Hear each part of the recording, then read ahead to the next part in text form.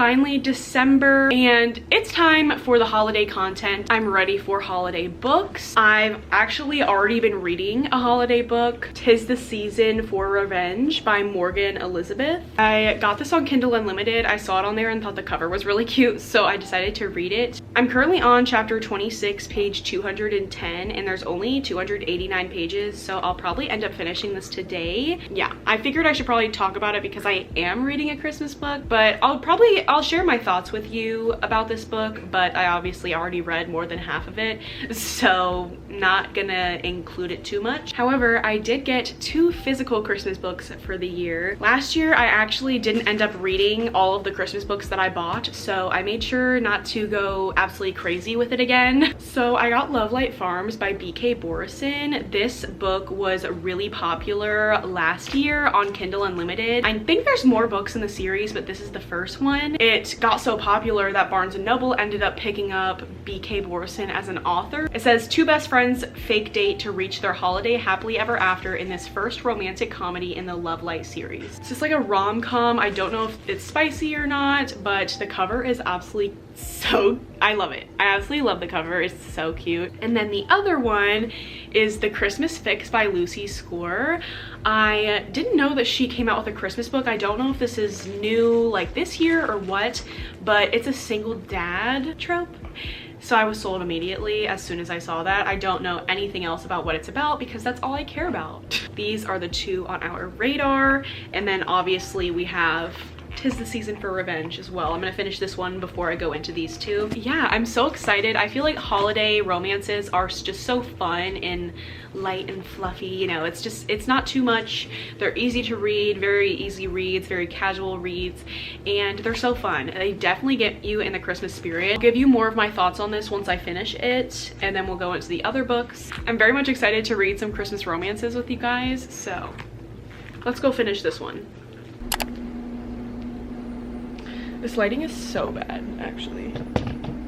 I finished 'Tis the Season for Revenge yesterday, and I ended up giving it a 3.5 stars. I know I didn't even really like explain what it's about. So this is just a cute little Christmas rom-com. The main character is Abby, and she's dating this guy named Richard, and he's just like horrible, not nice, just basically using Abby. He's just a shitty guy. Like, his name is very fitting. But Richard works for a man named Damien at a law firm, and Abby's basically always wanted to go to this Christmas party that Richard's law firm has every year, but he refuses to take her every single year. He just won't. She gets broken up with by Richard in a really shitty way. She's drunk with her friends one night and is like, we're gonna get some revenge on Richard.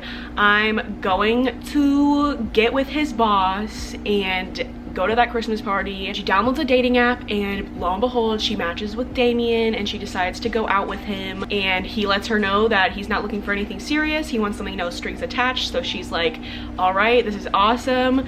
He's not looking for anything serious, so we can go ahead with our plan to get some revenge. I feel like it was a good rom-com for Christmas because I feel like Christmas books are just like supposed to be fun and cute and fluffy, and that's exactly what this was. There were so many grammatical and punctual errors, which doesn't usually bother me, but it was like at some points I was not even able to understand what was trying to be said. Did anybody read over this book before it was published? You know what I mean? And I also got so confused on who was speaking with the dialogue because it was not clear at like so many points. Like, it wasn't just once or twice, it was like multiple times where I was like, I don't even know who's talking because you're not saying she said or he said or anything. There's like nothing. It's just dialogue without any like understanding of who's supposed to be saying it, so you just kind of have to figure it out by context clues, and I'm like, I don't want to have to do all that. I just want to read the book. I rated it a 3.5 because I really did like Damien's character. Abby was so insecure from her relationship with Richard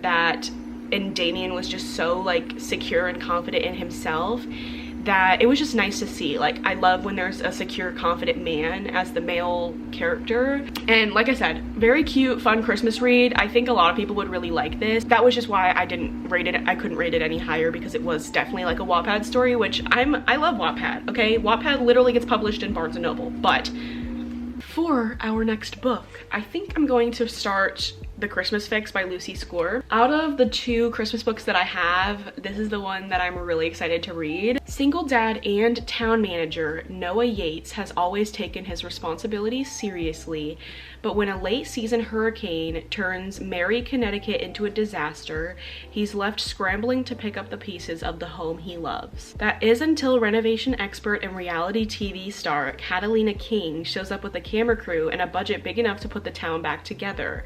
It seems like the perfect Christmas gift, but Noah isn't so sure. He doesn't want a celebrity diva capitalizing on their tragedy or filling his daughter's head with visions of glitz and glam. The last time Kat was in town, after all, she caused nothing but trouble. This sounds like a Hallmark rom-com that you would see where they can't afford to fix the whole farm, so some rich ass person comes in and saves it. It's just giving Hallmark rom-com. And I actually haven't ever read a Lucy Score book before. I have them on my shelf, but I just have not got around to them because Things We Never Got Over is real long, y'all. Maybe this will be a good one to start with. I don't know when this came out. I don't know if like it's new this year or what, but I've never seen it before. Yeah, it says 2017, originally published in 2017. So this is not new or anything, but this is the first I've heard of it. I think we're gonna get started with this because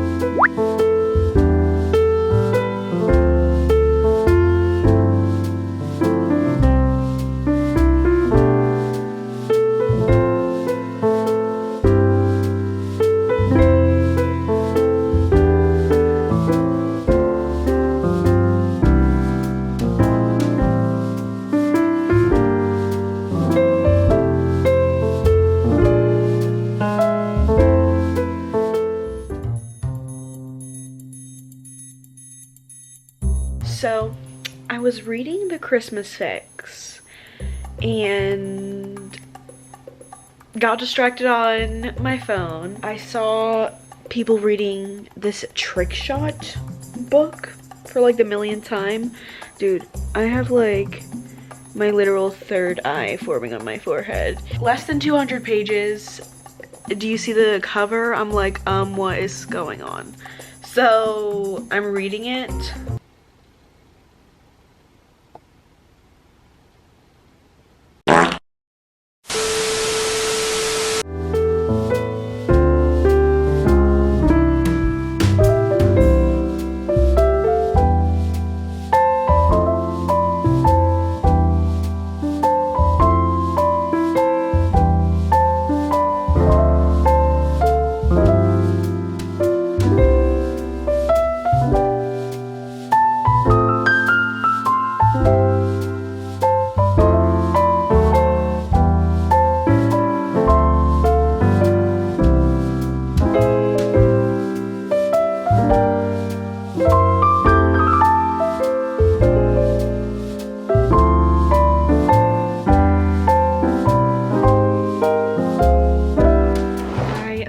I would give a little update on The Christmas Fix. I downloaded it on my Kindle because it's free on Kindle Unlimited, so might as well. I don't know what it is, but I'm having a really hard time reading physical books right now.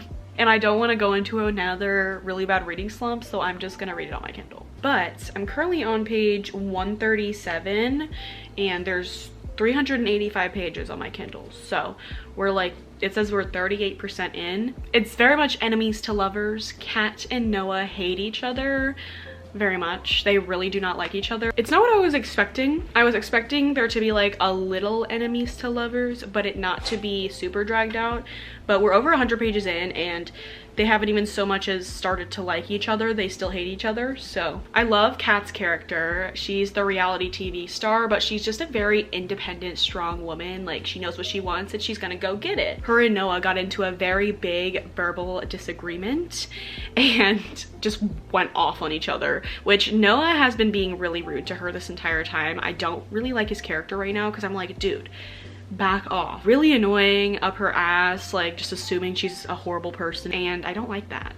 But hopefully he has a little redemption, because right now I'm not liking him. Kat is telling her mom and sister about what Noah said to her. Her mom says, "Do you think he has something going on up here that would prevent him from recognizing your generosity and brilliance?" And Paige, her sister, responds and says, "You mean like a brain tumor?" I don't know why I thought that was so funny. And then her mom says, "That's got to be it, no other explanation."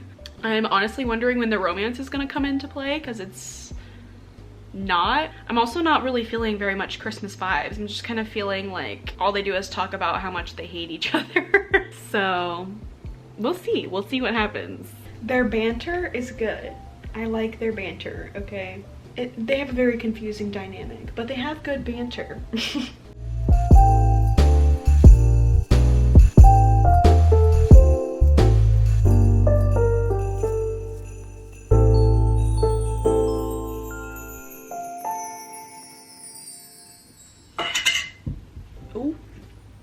Oops. Oh my gosh, I've officially read 100 books on Goodreads. This is my 100th book. So I finished The Christmas Fix by Lucy Score. I have very mixed feelings, okay? I didn't hate it per se, but I like the concept. I'm really sad I didn't like it because I thought I was gonna love it because it's a single dad trope, and I love that. The first half of the book was just so slow. It just went from 0 to 100 like so fast. It also like was very not Christmassy for like the first half, and then got super Christmassy, and I'm like, okay. I do have other Lucy Score books on my shelf, but I haven't read them. I don't know if like she's used to doing slow burn because her other books are like 600 pages. I liked Kat's character. I didn't like Noah very much because I'm just like, why are you so judgmental? Like, I get it, you've been through a lot, but there was no emotional connection between them. I didn't feel like there was. They were definitely enemies at the beginning. They did not like each other, and Noah was so judgmental of her, and then all of a sudden within like 50 pages they're like in love. But Kat's talking about she only feels this special connection with him when he's in. Like, that's what? Okay, I like those kind of books, but I also like an emotional connection with it, and they just did not feel like they had one. I didn't feel a connection with them, and it was just kind of hard to get through. It took me like 10 days to read this book. With all that being said, I rated it 2 stars. That's my little review on The Christmas Fix. I'm sure there's people out there that would really like this, but it just wasn't for me. I have been listening to Love Light Farms on Spotify, and I'm really liking it so far. It's about a girl named Stella and a guy named Luca. Stella owns like this Christmas tree farm, but all of the trees are like dead and look like ass, and she's worried they're not going to make enough money to keep the farm open. In an effort to like save her farm, she finds this Instagram influencer who's it's a contest, and with added publicity and a $1,000 cash prize. She enters that, but she says that she owns the farm with her boyfriend and they run it together because she wanted to make it seem, I don't know, she wanted to make it seem more romantic, I guess. But she doesn't have a boyfriend. Her best friend Luca, who they've been best friends for like 10 years, he comes into the picture, and she just like absolutely does not want to ask him to be her fake boyfriend. She's so reluctant to ask him at all. She finally does, and she's like offending him because he's like, you were gonna ask all these other people before you ask me? And she's just like, yeah, because she thinks like that he will think it's stupid, but he's actually in love with her. It's so obvious too. I'm like, girl. See, the thing about these books is that I'm so delusional. I would have already assumed that he liked me years ago. Like 10 years, babe. I'm reading into every single conversation we have. Also, I listened to it on a 1.5 speed. A bike back on my lap and guide us down the street, back to the sheriff's station, and coincidence. When it's on regular speed, it is way too slow. Like, sorry, why are you talking that slow?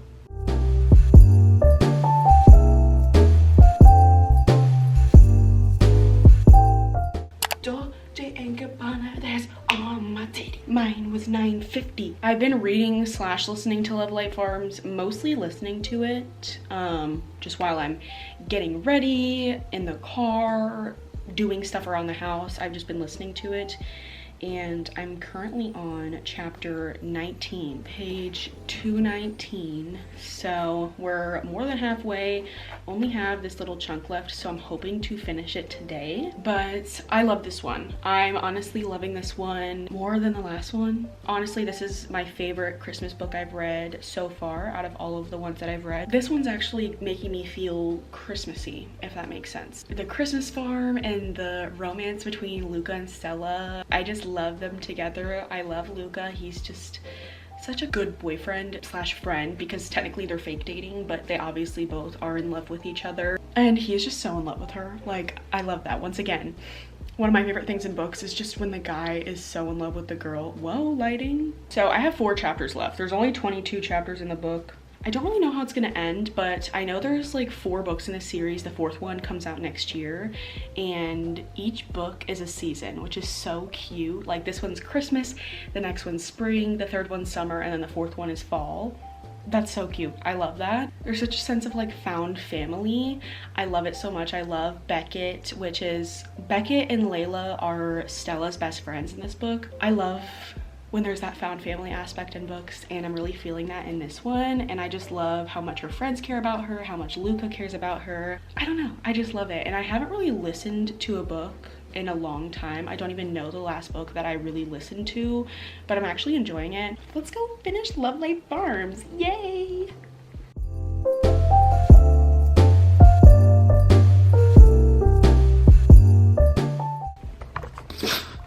This guy has ruined her entire farm.